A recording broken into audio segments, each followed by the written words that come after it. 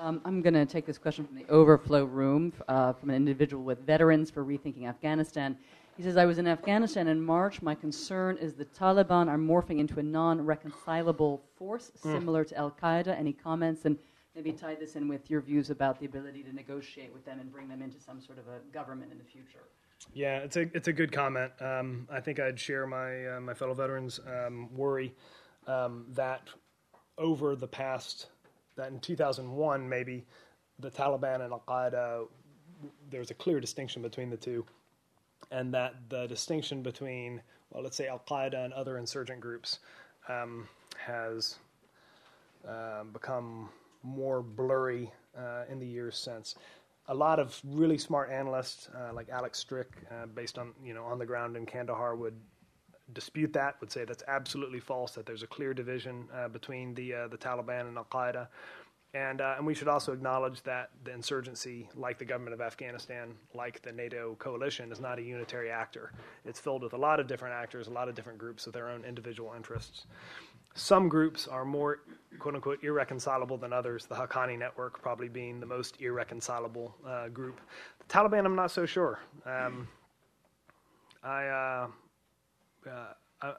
There, with the Taliban, you do have a senior leadership that still carries a lot of weight, but I think you have to convince that senior leadership and provide space for negotiations of some sort to take place. I'm not sure we, the U.S. government, have thought hard enough about how we create some sort of safe space for political negotiations to go forward.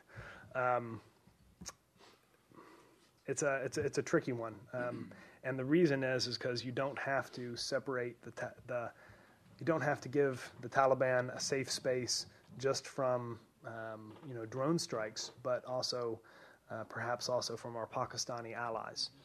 There are a number of different ways to interpret the arrest of Mullah Baradar. One way to interpret that is that our Pakistani friends have finally seen the light and have moved against Mullah Baradar and Quetta Shura senior leadership. That was kind of the initial wishful thinking. Another way would be to think that it was just a cock-up, that honestly we figured out who was picked up before the Pakistanis themselves did.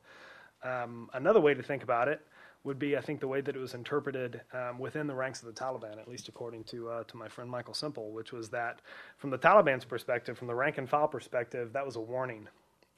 Do not try to conduct negotiations with the government in Kabul, or else you're going to be cracked down on.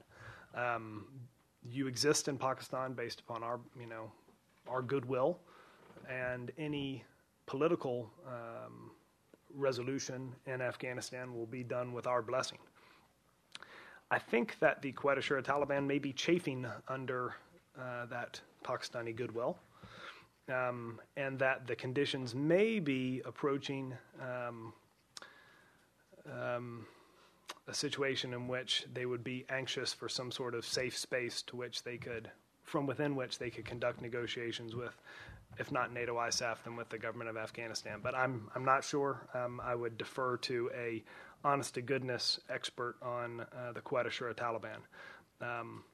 And I'm not sure whether you'd have to involve other insurgent groups that are active, for example, the Haqqani network or the HIG, in those negotiations. So that's a fancy way of saying I don't know, but hopefully there was some stuff in there that was of use. There's a question over here in the corner. Kevin, back here. Christian Carl from Radio Free Europe, Radio Liberty. I hope this isn't too far off topic. I have a question about drone strikes in Pakistan.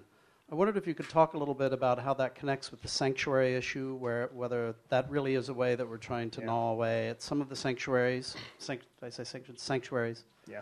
And also perhaps a little bit about target selection. It seems that the drone strikes tend to target a very specific group of people in a very specific area. It seems like there are a lot of other things they could also target, but they don't seem to do that insofar as we know. I wonder if you could comment on that to the extent that you're able. Thanks. Sure. I mean, well, yeah, I'm able to because I'm working in the open sources just like you are with respect to drone strikes. Dave Kilcullen and I wrote an op-ed in the New York Times a couple years ago, really calling into question our reliance on drone strikes. My strategic concerns about our reliance on drone strikes are still present after 18 months. I worry about the second and third order effects that I don't think that we're necessarily examining. The radicalizing effect that it's having perhaps on diaspora communities or elsewhere in Pakistani society. But the tactical effect it's having on the ground, I think, is quite significant, based upon what I'm able to glean. If you look at the data that Catherine Tiedemann at the New America Foundation has compiled with Peter Bergen, it seems like these drone strikes have become a lot more effective and a lot more civilian-friendly over the past few years. That is positive, but a tactic is not a substitute for a strategy. And I don't think, when I say that, I don't think we have a comprehensive approach or anything approaching a strategy to deal with the sanctuaries in Pakistan. I'm not discounting the tactical effect that the drone strikes are having, but it's very difficult to gauge whether or not they're having a strategic effect. And I guess I just, Christian, I just, again, plead off for a basic lack of data.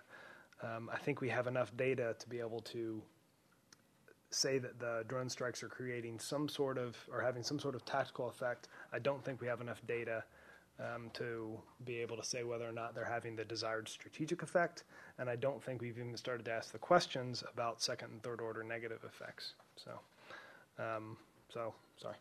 We had a question in the back that you were.